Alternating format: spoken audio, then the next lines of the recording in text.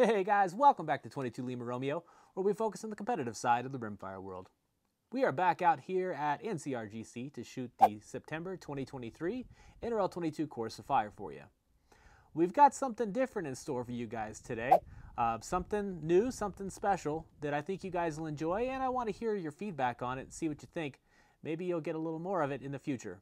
But for right now, I've got the trigger cam set up. We're going to go through our zeroing process, kind of bring you guys in on that, and then we'll set up some stages and show you guys how we plan to shoot this month's Course of Fire. All right, let's get to it.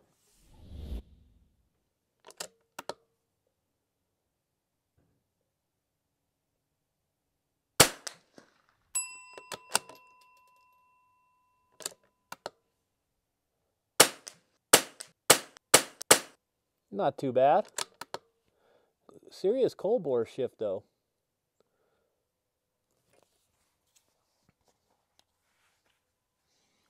Just fired these last couple. Should have 4 left. Looks like we might need to come up a 10th or 2. Yep. All right, let's click up 2 tenths. Let's see if that fixes us. I would say that did it right there. Okay. Well, let's check our velocities. Well, that is definitely not like my Cinerex. Today we're going to be shooting some SK rifle match. For this lot, we had an average of 1090, standard deviation of 14, which quite honestly isn't that good. It's not terrible, but it's also not good. But for right now, I feel pretty good about the zero. We'll go ahead and set some stages up and get going with this thing. Alright guys, first up for the September Course of Fire, we have ladder disorder. We have a 1 inch at 42, a 1.5 at 61, and a 2 inch at 82. We're going to start standing, rifle and all gear in hand, mag in, action open. On the start signal, we'll engage the targets in the following order and manner. Position 1, near, middle, then far. Position 2, middle, far, then near. Position 3, far, near, then middle. Position 4, near, middle, far again. The rear part of the ladder may not be used to support the rifle. Restrictions. Bipods may not touch the ground.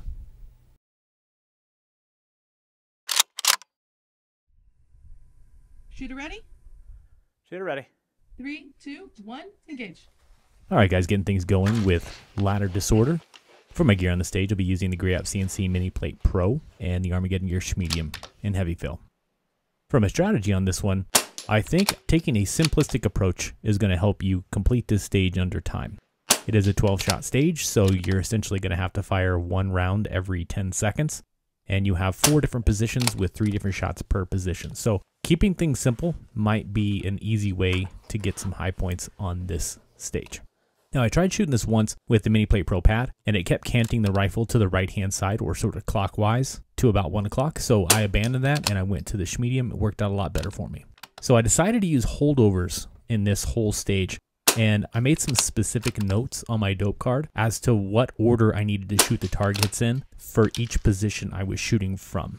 The way I used my body to support the rifle on this was to actually bend my knee up and anchor the stock of the rifle to my knee. I've been doing that quite a bit this last season. I saw Jason Nedved mention that is a way that he supports the rear of his rifle while using one bag. So I gave it a try and it worked out really, really well. I've continued to run with that strategy and it's worked well for me. Apparently it works well for Nedved, and I'm sure if you give it a little practice, it'll probably work well for you.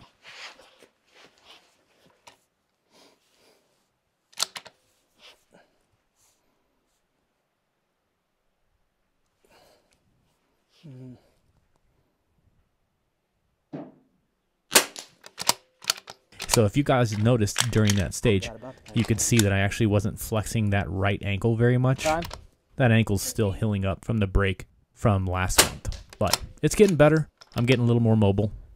With that being said, let's get on to the next stage for this month's Course of Fire. I'll take that.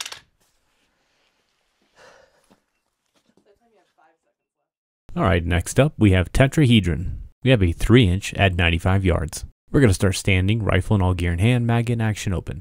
On the start signal, we'll engage the targets with 2 shots from the following positions in order. Right tip, center, left tip, center, then the middle tip. Note, the tank trap will be positioned with the middle tip pointing downrange. Restrictions. No part of the rifle or equipment may touch the ground. Also note, this is the bonus point stage, where you earn 0.1 bonus point per second remaining on the clock. Shooter ready? Yeah.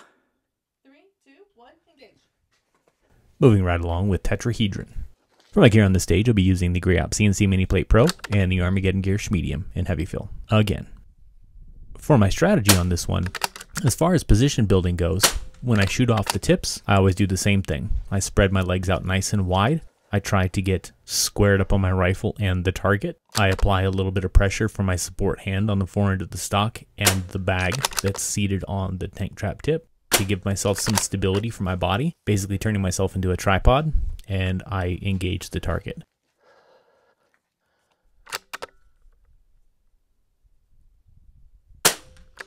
Now, anytime I build a position on the center of the tank trap, I always go into a kneeling position. I try to anchor my left hip into my left heel. I lift my right knee up and I anchor my elbow to my right knee. And as you guys can see, that is a very stable shooting position when shooting from the center of a tank trap. Now, basically, all three of the tip positions are just a rinse and repeat, right? With the one target, that one wasn't too difficult. Let's get on to the next stage for this month's Course of Fire. Time. 49 seconds left. Ew. Now, guys, I want to take a little pause in the action to bring up an important topic this time of year. It is September, and it is FUD season. Rabbit season! Duck season! Rabbit season! Duck season! Rabbit season! Duck season!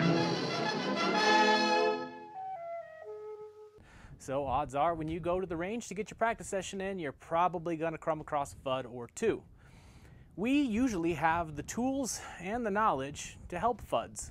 So even though they can annoy us at times because they constantly want to go range cold, and we have steel set up, try to take your time with them.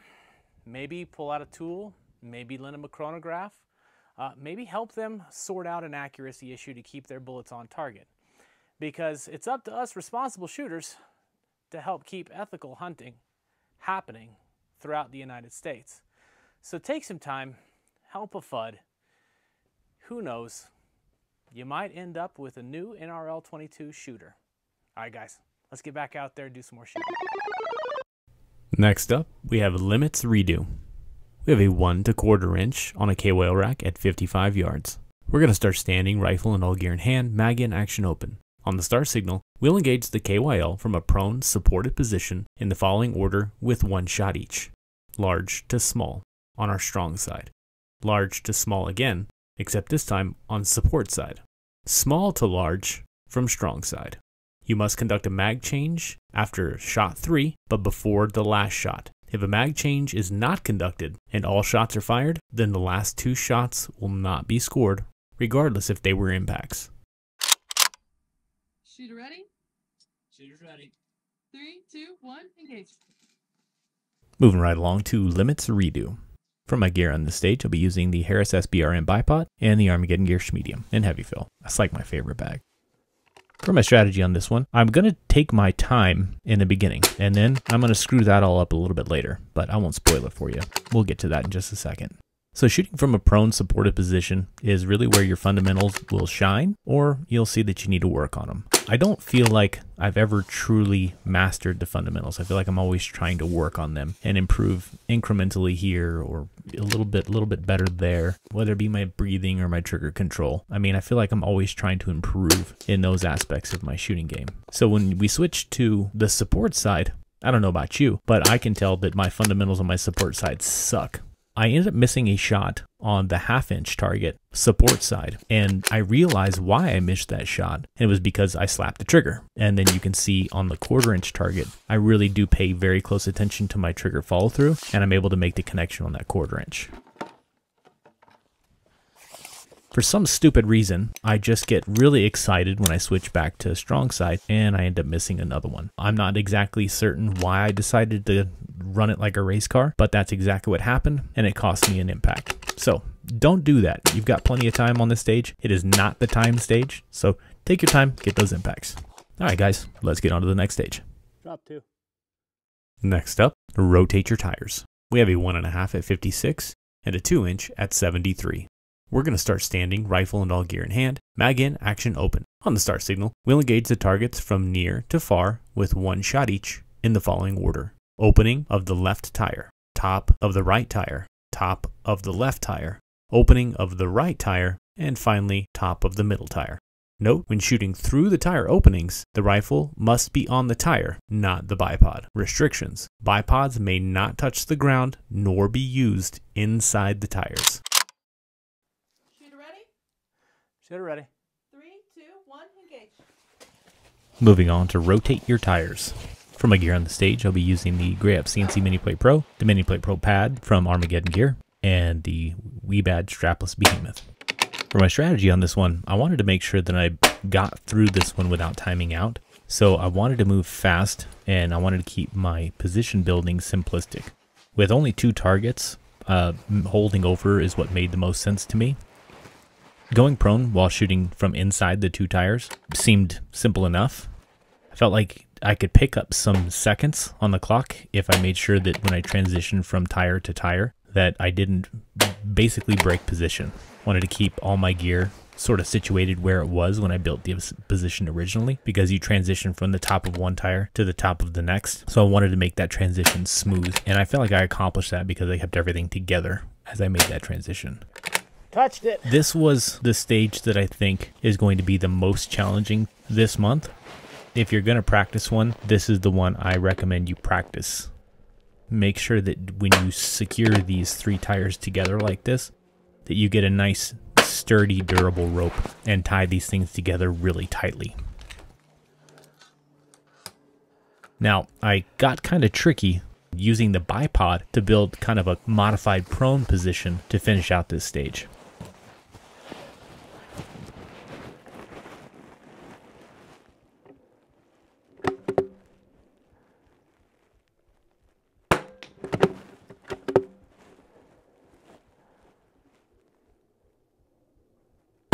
That was an interesting stage, but let's get on to the 5th and final stage for this month's Course of Fire. Plenty. All right, guys. Well, I told you I was going to bring you something kind of special today, and here is that something special. Today, I am shooting the Seekins Havoc Hit Pro. This is essentially a turnkey race rifle, directly from Seekins factory.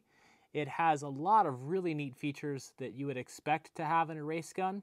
Integrated ARCA, a nice chassis system, a folding stock.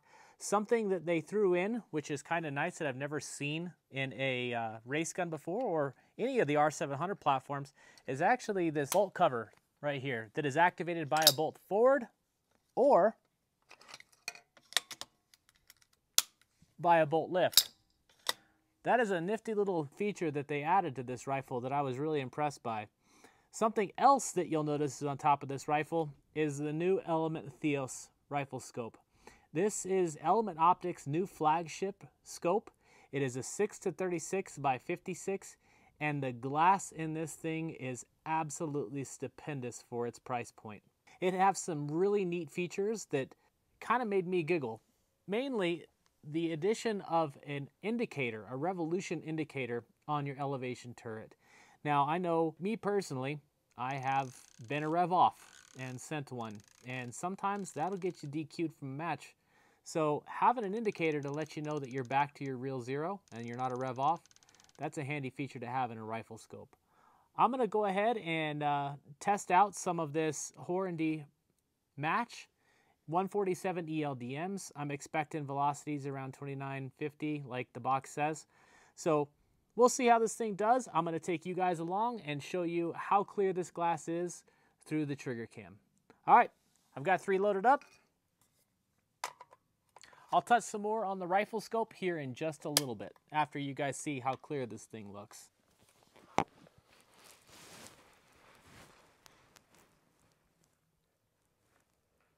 We're just going to aim at the center of the paper here because I'm not really sure if this rifle's zeroed. I know it's close, but I don't think it's perfect. So let's squeak one off here. See how close we are.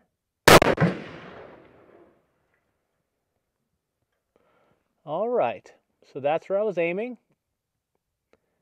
and that's where it hit. So let's take a measurement. Let's say about 1.7 mils. By the way, I learned how to do that trick from Peter Milan from Impact Shooting. All right, guys, this Tula Zero is actually pretty spectacular. It simply take this top cap off here. We took our measurement. We're 1.7 high, so we're going to set the turret back to 1.7, and then we're going to dial it back to 0 and put our cap back on. It's really that simple. All right, let's take one more shot and see where this lines up.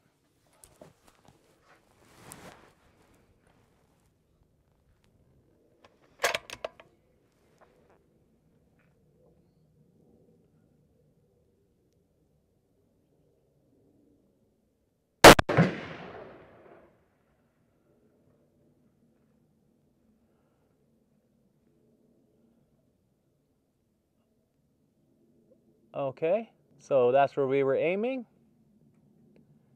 That's where we hit. Let's see if it's actually grouping there.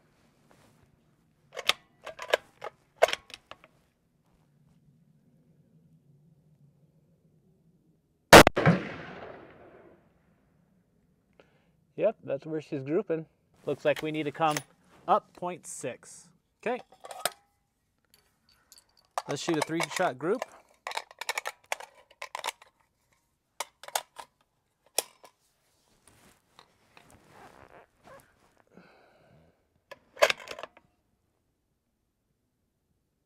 It looks like I might need to come to the right. Maybe 3/10. Yep. To the right 3/10. Okay. 1, 2, 3.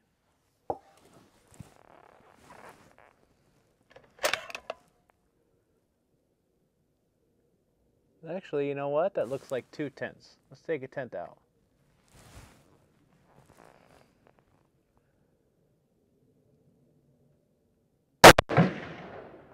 Bingo. All right, one more.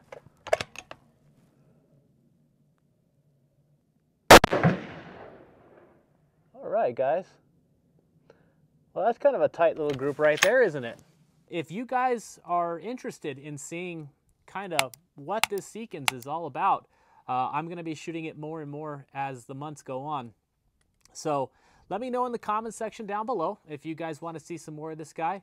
If you want to see these hand loads get worked up, I'm more than willing to share that stuff with you guys. But I think that's enough about the centerfire. Let's get back to what we're here for, and that's the rimfire stages.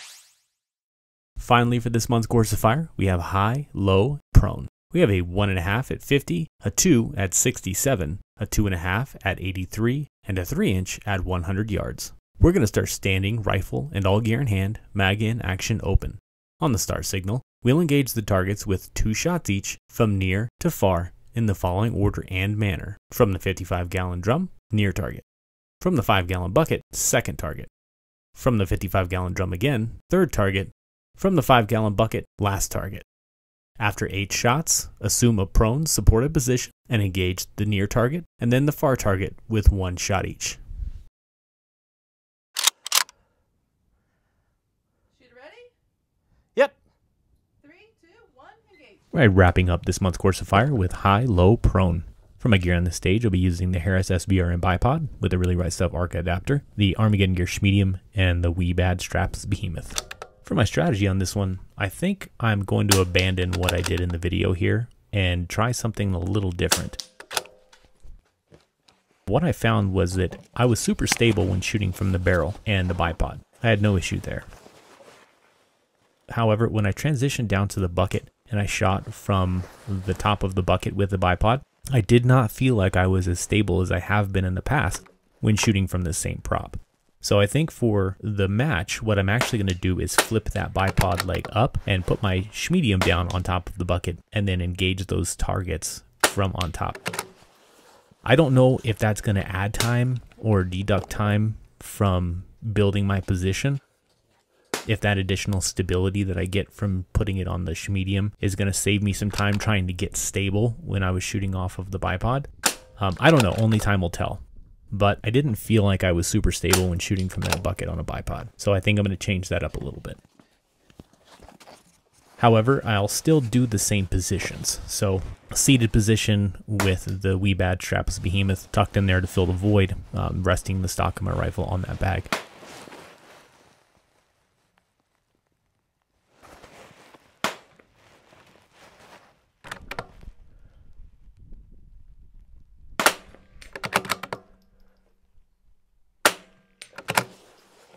So once we transition down to the prone position, it's business as usual. Find your target, engage target 1, engage target 4, and you're done with this month's Course of Fire. Time? 6. I had a lot of fun on this one. I hope you did too. That was close. That was super close. Clean though. All right, guys. Well, that is a wrap for the September 2023 NRL Monthly Course of Fire. Hope you guys enjoyed it. I know I really enjoyed it. Thank you, Brian Coon from Homer, New York, for that thought-provoking and challenging Course of Fire this month. Let me know in the comment section if you guys enjoyed that 6.5 PRC. I know that rifle is really starting to grow on me, and I think Seekins did a fantastic job for a turnkey race car. I mean, you can't really ask for much more out of a box gun. The accuracy is impressive, and I am really thoroughly pleased with that Element Theos. I think Element knocked it out of the park with this new flagship optic that they've got. If you guys are new to the channel, please do me a huge favor. Reach down there and click that like button on the video. Share it with your shooting buddies if you got somebody new who's coming into this sport who you think could benefit from these videos. Who knows? They may learn a thing or two. I hope to see you out on the range.